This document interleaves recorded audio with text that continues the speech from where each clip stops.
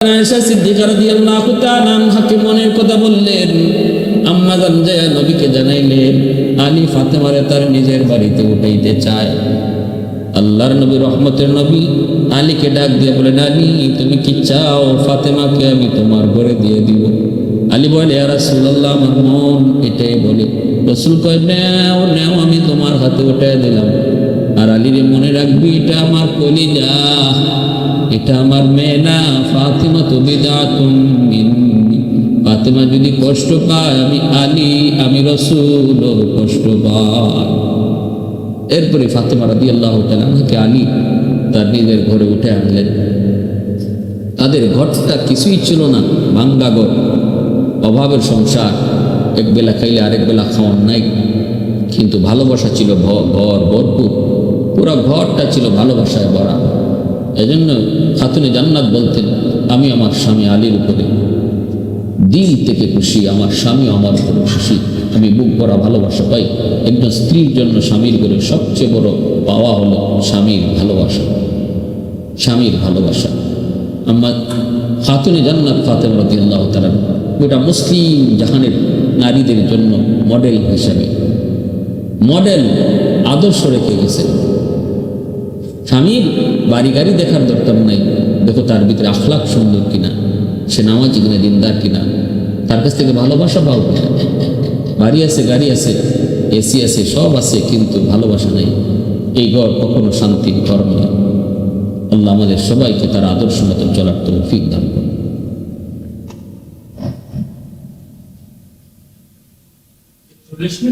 আল্লাহর নবী, রহমতের নবী, মায়ার নবী বসা আছেন। জিবরাইলে আমিন জান্নাতে একটা ফল নিয়ে নবীর কাছে হাজির। আল্লাহর নবীকে বলতেছেন, নবী গো আপনি জান্নাতি ফলটা বক্ষণ করেন, এটা হলো জান্নাতি ফল। মায়ার নবী, দয়ার নবী জান্নাতি ফল হাতে নিলেন। এত সুঘ্রাণ হবেই তো, এ তো দুনিয়ার কোনো ফল নয়, দুনিয়ার কোনো সাধারণ ফল নয়, জান্নাতি ফল, জান্নাতি ফল।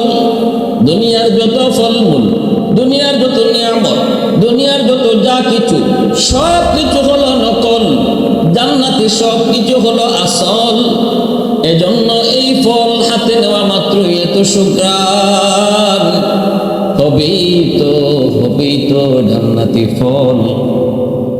মুখে নিলেন, স্বাদ অতুলনীয়। এই যুবক, দুনিয়ার আপেল, জান্নাতি আপেল সমান নয়, দুনিয়ার আম, জান্নাতি আম কখনো সমান নয়, দুনিয়ার মাছ, জান্নাতি মাছ সমান নয়, দুনিয়ার গোশত, জান্নাতি গোশত সমান নয়। দুনিয়ার যত যা কিছু আমরা পাই সব হলো নকল, জান্নাতে আল্লাহ সব রেখেছেন আসল। স্বাদটাও হবে আসল, জান্নাতি নিয়ামতের স্বাদটাও হবে আসল। এজন্য মায়ার নবী, দয়ার নবী এই জান্নাতি ফলটা বক্ষণ করলেন। মায়ার নবী জান্নাতি ফল বক্ষণ করার পর রাসূল করিম সাল্লাল্লাহু আলাইহি ওয়াসাল্লাম আম্মা জান খাদিজাতুল কুবরা রাদিয়াল্লাহু তাআলা আনহা, নবীজির প্রিয়তমা বিবি, গোটা উম্মতের মা, ইসলামে যার সবচেয়ে বেশি অবদান, সর্বপ্রথম কালেমা পড়ে মুসলমান হওয়ার ভাগ্য যার ছিল, তিনি কোনো পুরুষ নন, তিনি হলেন এই উম্মতের জননী আম্মা জান খাদিজাতুল কুবরা রাদিয়াল্লাহু তাআলা আনহা। কয়েকদিনের ভিতরেই আম্মা জান গর্ভবতী হলেন। জিবরাইল আমিন এসে বলতেছেন, নবী গো জান্নাতি ফল খাওয়াইছিলাম কয়েকদিন আগে, মনে আসেনি? আপনার বিবি খাদিজা তো গর্ভবতী, আল্লাহ পাক আমাকে পাঠাইছেন আপনাকে নিউজ দেওয়ার জন্য, সুসংবাদ জানানোর জন্য। এবারও আপনার একজন মেয়ে সন্তান জন্ম নিবে, যেই মেয়ে হবে গোটা মুসলিম জাহানের জন্য আদর্শ, যেই মেয়েটা হবে নেককার, দিনদার, বড় আল্লাহওয়ালি, সুন্দর হবে, অতুলনীয়। আল্লাহ আমাকে এই খবর সুসংবাদ দিয়ে আপনার কাছে পাঠাইছেন। গোটা মুসলিম জাহানের আদর্শ নারী হবে সে। এই সুসংবাদ নবীজি শোনা মাত্রই রাসূল খুশিতে আম্মা জানকে দেয়া সংবাদ জানায় দিলেন, খাদিজা এবারও তোমার গর্ভে মেয়ে সন্তান। কিন্তু সাধারণ কোনো মেয়ে নয়, জিবরাইল মারফতে আল্লাহ জানাইছে, গো খাদিজা গোটা মুসলিম জাহানের জন্য আমার এই মেয়ে হবে আদর্শ। সে হবে একজন আদর্শ নারী, জ্ঞানে গুণে এলেমে আমলে সর্বলাইনে হার লাইনে সে হবে বেনজির বেমিসাল। রাসূল করিম এই সুসংবাদ আম্মা জান খাদিজাতুল কুবরাকে নবী জানাইলেন। আম্মা জানও বড় খুশি, রাসূলও বড় খুশি। কিছুদিন পর আম্মা জানের গর্ভে তো খাতুনে জান্নাত ফাতেমা, কিন্তু সন্তান পেটে আসলে পরে মার যেমন কষ্ট হয়, আম্মা জানের বিন্দু পরিমাণ কষ্ট হয় নাই, বিন্দু পরিমাণ তিনি কষ্ট অনুভব করেন নাই। যেদিন ভূমিষ্ঠ হবেন সকালবেলা ব্যথা শুরু হলো। নবুয়তের ৫ম হিজরি শুক্রবার দিন ফজরের নামাজের পর আম্মা জানের ব্যথা শুরু হলো, প্রসব ব্যথা। কেউ নাই ঘরে, আম্মা জান শুধু একা। আম্মা জান শুধু একা। একজন বাদীকে পাঠাইলেন আত্মীয় স্বজনের ভিতর থেকে কিছু মহিলাকে আনার জন্য, সাহায্যের জন্য। কাউকে পাও কিনা একটু দেখো। বাদী ঘুরে ঘুরে তার আত্মীয়দের বাড়িতে গেলেন, জানাইলেন খাদিজা হালত এমন, কিন্তু কেউ রাজি হয় না। প্রত্যেকটা মহিলাই এক কথাই কয়, খাদিজা আমাদের বংশে কলঙ্ক লাগাইছে। আমরা আছি আমাদের বাপদাদার ধর্মে, কিন্তু খাদিজা মুহাম্মদের ধর্ম গ্রহণ করেছে। এই বিপদ আমরা তার সাহায্য করব না। কত নিষ্ঠুর! অথচ আম্মা জানের দান সৎকার সহযোগিতা মক্কার জমিনে এমন কোন মানুষ নাই রে যুবক, যে পায় নাই, যে পায় নাই, যে নেয় নাই। আম্মা জান ছিলেন মক্কার সবচেয়ে ধনী নারী। দানের হাত ছিল অনেক বড়। বিপদে পড়ে কেউ আসলে এমন কোনো মানুষ নাই যে খালি হাতে ফেরত যেত। তাকে যখন যা দেওয়া তাই তিনি দান করতেন। যার কারণে মক্কার বেদিন বেঈমানগুলি যদিও আমার নবীর সাথে দুশমনি করত, আম্মা জান খাদিজাতুল কুবরাকে যদি পাশে দেখত, কেউ নবীর গায়ে হাত ওঠার সাহস করত না। এমনকি রাসূলকে কটাক্ষ করার সাহস করত না যদি আম্মা জান কাছে থাকতেন। আবু জাহেলের মতো লোক আম্মা জানকে দেখলে অন্য রাস্তায় চলে যেত। আবু জাহেলের মতো লোক আম্মা জানের সামনে চোখ তুলে তাকায় কথা কওয়ার সাহস ছিল না। একদিন রাস্তায় আবু জাহেলকে পেয়ে গেছেন আম্মা জান, তিনি জিজ্ঞেস করেন, এ আবু জাহেল, তুই আমার স্বামী মুহাম্মদকে কেন কটাক্ষ করো? কেন মন্দ বলো? কেন মন্দ বলো? তোমরা কি আমার স্বামীকে আল আমিন বলো নাই? তোমরা কি তার সত্যবাদী কও নাই? তাহলে আজ কেন তারে মন্দ বলো? আবু জাহেল জবাব দেয় না, চোখ তুলে কথা কয় না। কারণ নুন খাইছে যার, গুণ তো গাইতে হবে তার। আবু জাহেল কয়, সময় হলে বলবো। আম্মা জান কয়, ঠিক আছে, সময় হলেই শুনবো। সাথে সাথে মক্কার লিডার গুলাকে তার বাড়িতে দাওয়াত করলেন। আবু জাহেল সহ লিডাররা তার বাড়িতে হাজির। আবু লাহাবও ছিল। আম্মা জান ওদেরকে মন তুষ্ট করে দাওয়াত খাওয়াইলেন, যা চাইছে তাই খাওয়াইলেন। খাওয়ানোর পর ওরা আম্মা জানের প্রশংসা করতেছে। এই অবস্থায় আম্মা জান বলেন, আজ তোমাদের কাছ থেকে একটা কথা নিব। প্রথম নম্বর কথা হলো, আমার স্বামী মুহাম্মদ, বলো কোন দিক দিয়ে তার কম, সে কোন দিক দিয়ে ছোট, একটু আমাকে তোমরা বলো। কয়, মুহাম্মদের অর্থ নাই সম্পদ নাই, গরিব। আম্মা জান কই শুধু একটাই নাকি আরো কোন সাইড তার আছে দুর্বল? আবু জাহেল কয় আর কোন সাইড নাই। আম্মা জান কয় বলো তার চরিত্র কেমন? কয় সুন্দর। বলো তার চেহারা কেমন? কয় সবচেয়ে সুন্দর। বলো তার বংশ কেমন? কয় সবচেয়ে ভালো। সকল সাইড দিয়ে সে 1+, সকল সাইড দিয়ে সে 1+। সেখানে তার কোনো তুলনা নাই। একটা দিকে দুর্বল, সম্পদ নাই, সহায় নাই, একটাই তো দুর্বল বলে। আম্মা জান এবার সমস্ত লিডারদের সামনে বলেন, তাহলে তোমরা শোনো, আমি খাদিজার যত সম্পদ ছিল সবগুলি সম্পদ এই মুহূর্তে আমি আমার স্বামী মুহাম্মদকে দান করে দিলাম। এবার আমার কিছু নাই, সব সম্পদের মালিক, সব সম্পদের মালিক আমার স্বামী মুহাম্মদ। এবার তোমরা একটু কও, মুহাম্মদকে মানো না কোন কারণে? গরিব বলো, এখন সে গরিব নাকি মক্কার সবচেয়ে ধনী? আবু জাহেল আবু লাহাবের মুখ বন্ধ হয়ে গেল, কথা বলার সাহস তারা হারিয়ে ফেলল।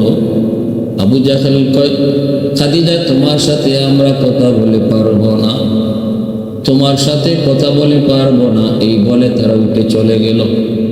এজন্য আম্মা জান খাদিজাতুল কুবরা রাদিয়াল্লাহু তাআলা চরম বিপদের সময় প্রসব বেদনা, একজন মহিলা জানে প্রসব বেদনা, প্রসব ব্যথা, তার ব্যথা কেমন। প্রসবের সময় যে ব্যথা, এই ব্যথা শুধু একজন মা বুঝে, দুনিয়ার আর কেউ বুঝে না রে যুবক, আর কেউ বুঝে না। প্রসব বেদনার সময় কত মা দুনিয়া থেকে চলে গেল, প্রসব ব্যথার সময় কত মা অজ্ঞান হয়ে যায়।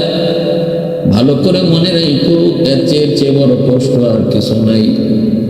ভাইয়েরা, বন্ধুরা, ওই মারে তুমি বড় হয়ে কষ্ট দেও, একটু বুঝি তোমার মায়া হয় না, একটু বুঝি দরদ হয় না, একটু বুঝি তুমি ভাবো না। 1 কেজি 2 কেজি ওজনের একটা পাথর পেটে বাইদা তুমি একদিন হাইটা দেখো কেমন লাগে। সেখানে একজন মা 10 মাস 10 দিন তোমারে পেটে লইয়া এত বড় একটা বোঝা নিয়া ঘরের সব কাজগুলা করতো। কতটা কষ্ট বেদনা যখন শুরু হয়, তখন জানে একজন মা সে কি পরিমাণ কষ্ট অনুভব করে। বিপদের সময় আম্মা জানের কাছে কেউ নাই, আত্মীয় স্বজন কোনো মহিলা আসতে রাজি হয় না। একটাই তাদের কথা, খাদিজা কেন ইসলাম ধর্ম গ্রহণ করলো? কেন আমাদের বাপদাদার ধর্ম ছেড়ে দিল? এই কথাগুলা বাদিয়ে সে আম্মা জানকে শোনাইল। আম্মা জান বড় কষ্ট পেলেন। এই মানুষগুলা, ওরা যারা বিপদে পড়লে আমি খাদিজা সাহায্য করতাম গো, আমার কাছ থেকে কখনো নিরাশ হয়ে যায় নাই।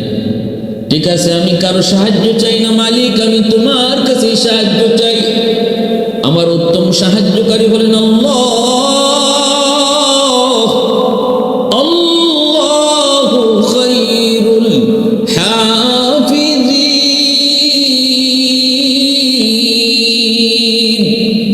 আল্লাহই হলেন আমার উত্তম হেফাজতকারী। আল্লাহ আমাকে হেফাজত করবেন। আম্মা জান বড় চিন্তায় আল্লাহ পাকের মুখাপেক্ষী হয় তিনি আল্লাহর কাছে চাইতেছেন। হঠাৎ করে তিনি ঘরে দেখতে পেলেন পুরা ঘরটা আলোকিত হয়ে গেছে। তাকায় দেখেন 4 জন মহিলা, এত সুন্দর, এত রূপবতী, এত গুণবতী 4 জন। তাদের রূপে, তাদের সৌন্দর্যে পুরা ঘরটা আলোকিত হয়ে গেল। আম্মা জান তাদেরকে দেখে জিজ্ঞেস করেন, আপনারা কে গো? এই বিপদের সময় আপনারা প্রত্যেকে আসলেন, যেখানে আমার আপন বলতে কেউ আসলো না। আপনারা কারা? আপনাদেরকে খবরই বা দিল কে? কে আপনাদেরকে পাঠাইলো আমার বিপদে?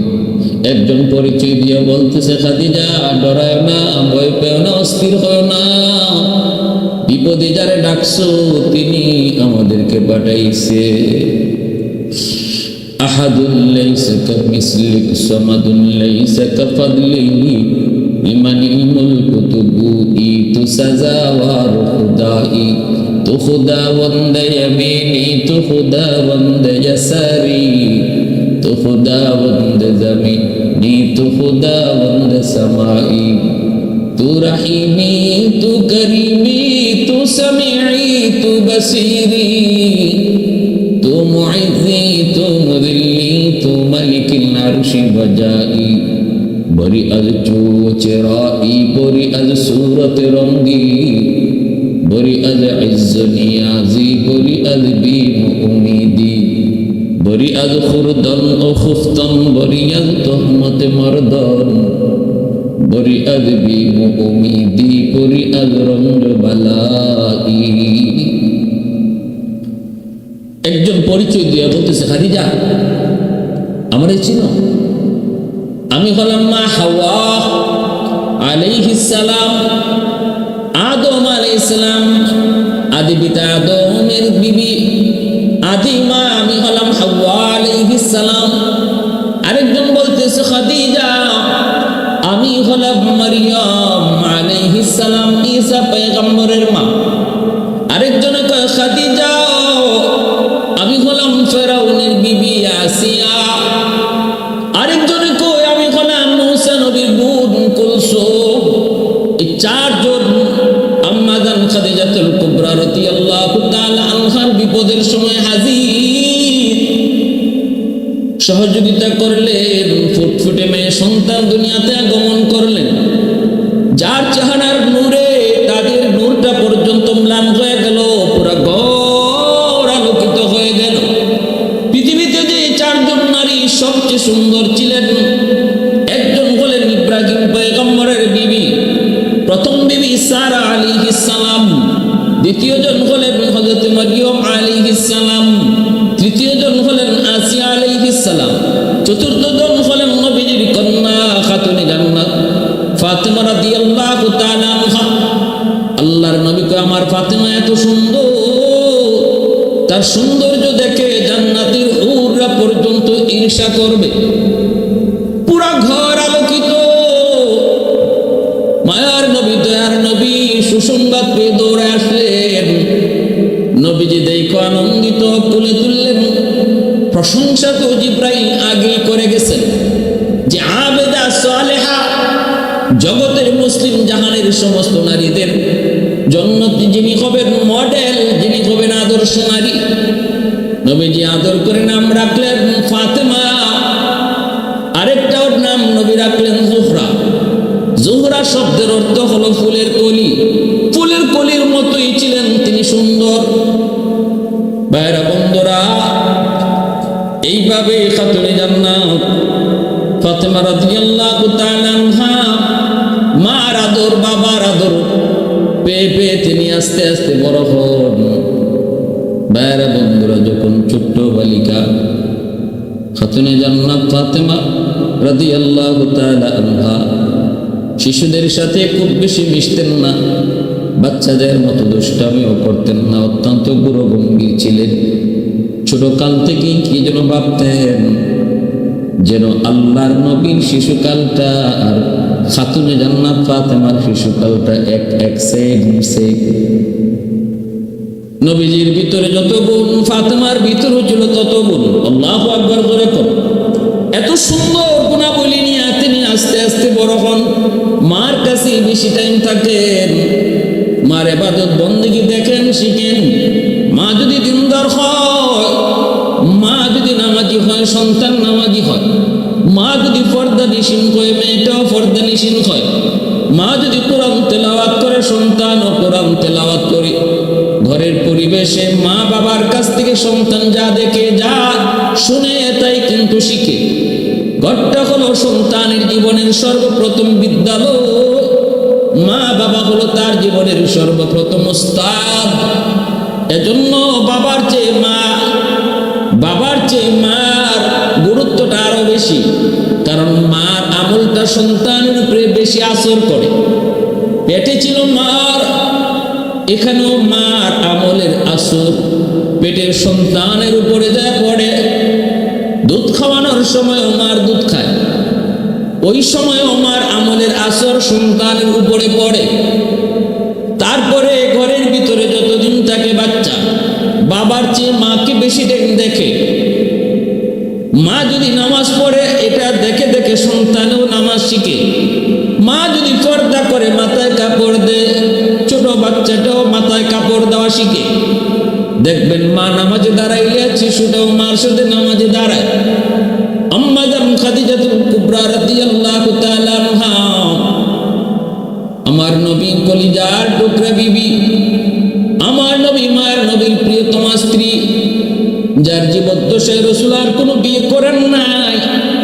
নবীজির সন্তান 4 জন মেয়ে সন্তান আর 3 জন ছেলে সন্তান, 7 জনই হয়েছেন আম্মা জান খাদিজাতুল কুবরা রাদিয়াল্লাহু তাআলা আনহার গর্ভ থেকে। শুধুমাত্র একজন ছেলে ইব্রাহিম, তিনি হয়েছিলেন আম্মা জান মারিয়া কিপ্তিয়ার গর্ভ থেকে। এজন্যই আম্মা জান বড় ভাগ্যবতী নারী। রাসূলের সকল সন্তানরাই আম্মা জান খাদিজাতুল কুবরার গর্ভ থেকে।